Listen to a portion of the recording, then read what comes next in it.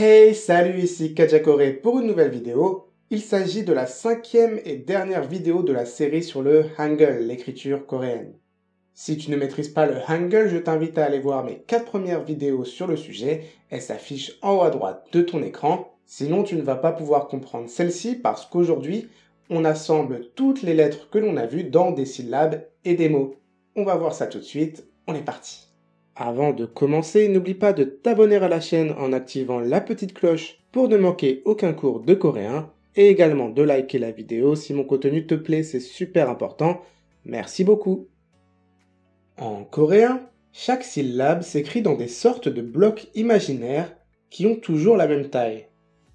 Par exemple, si j'écris la syllabe A, puis que j'écris la syllabe mo, on voit que les lettres ont été tassées exprès pour pouvoir rentrer dans le même bloc imaginaire.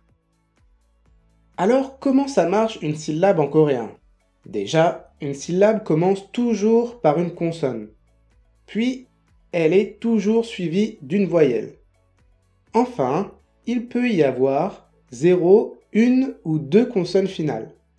Voilà une syllabe en coréen, pas d'exception, c'est consonne plus voyelle et éventuellement une ou deux consonnes finales. Tout en sachant que deux consonnes finales, ça reste assez rare, je ferai une vidéo dédiée sur le sujet plus tard. Bon alors, quelle va être la forme de notre syllabe? Eh bien, j'en ai déjà un peu parlé dans la vidéo sur les voyelles. Cela va dépendre si la voyelle de la syllabe est verticale, horizontale ou les deux. Dans le cas des voyelles verticales, on a 3 cas.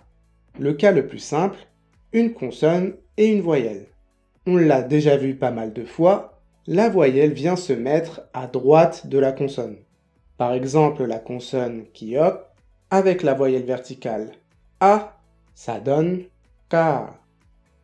La consonne niun avec la voyelle E qui est verticale également, ça donne ne. Si l'on veut ajouter une ou deux consonnes finales, alors on les place en dessous. Par exemple, man. Ou encore, tak. Le liel ne se prononce pas ici. Pour ce qui est des voyelles horizontales, la voyelle vient se placer en dessous de la consonne. Donc par exemple, avec la consonne kiok et la voyelle ou, on place cette dernière juste en dessous et on obtient gu. Si l'on ajoute une ou deux consonnes finales, alors comme dans le cas précédent, on les place en dessous. Mom. H. Enfin, dans le cas des voyelles composées verticales et horizontales, la moitié de la voyelle vient à droite et l'autre moitié en dessous de la consonne. Par exemple, we. Oui.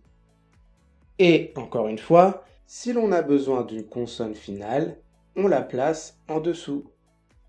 Kwon. Wen. Voyons maintenant comment former des mots en coréen. Pour cela, il suffit simplement d'accoler nos syllabes de gauche à droite. Si tu veux écrire bonjour, 안녕하세요, tu as juste à placer les différentes syllabes du mot les unes à la suite des autres. An, nyang, ha, se, yo. Et voilà, on a un mot coréen. Parfois, et souvent même, il va y avoir des petites modifications de la prononciation en fonction de quelle consonne finale d'une syllabe est en relation avec la consonne initiale de la syllabe suivante. En français, on a des liaisons.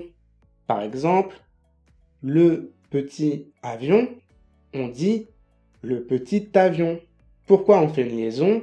Parce que petit finit par une consonne et que avion commence par une voyelle. Donc on relie les deux mots. Eh bien, en coréen, c'est similaire.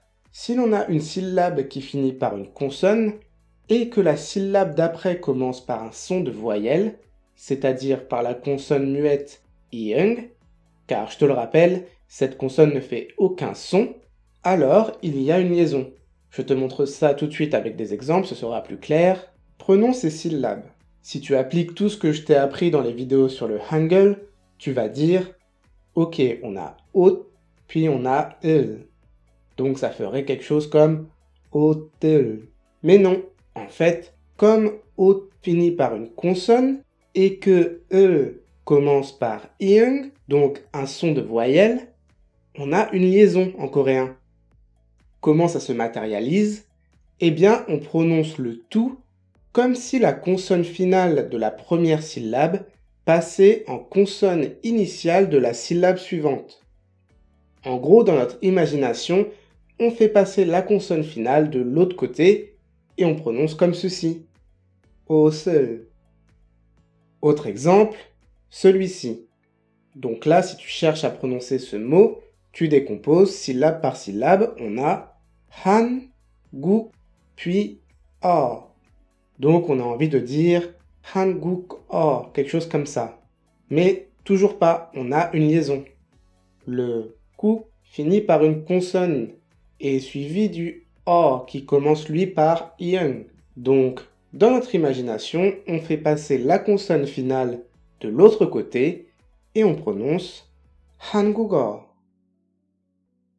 La liaison fait partie des très nombreuses exceptions de prononciation du coréen. Sur le site kajakore.com, où il y a déjà une bonne centaine de cours de coréen gratuits, je t'ai fait un cours entier sur les exceptions de prononciation. Donc n'hésite surtout pas à aller voir ça, tu vas voir plein de choses que tu n'imaginais pas, vraiment. Et quand tu seras sur le site, profites-en pour récupérer mon guide gratuit Comment se débrouiller en coréen, qui contient plein de mots et de phrases pour ton futur voyage en Corée. Voilà, cette série sur le Hangul est terminée. J'espère qu'elle t'a plu et que maintenant tu peux y voir plus clair dans le fonctionnement de l'écriture coréenne.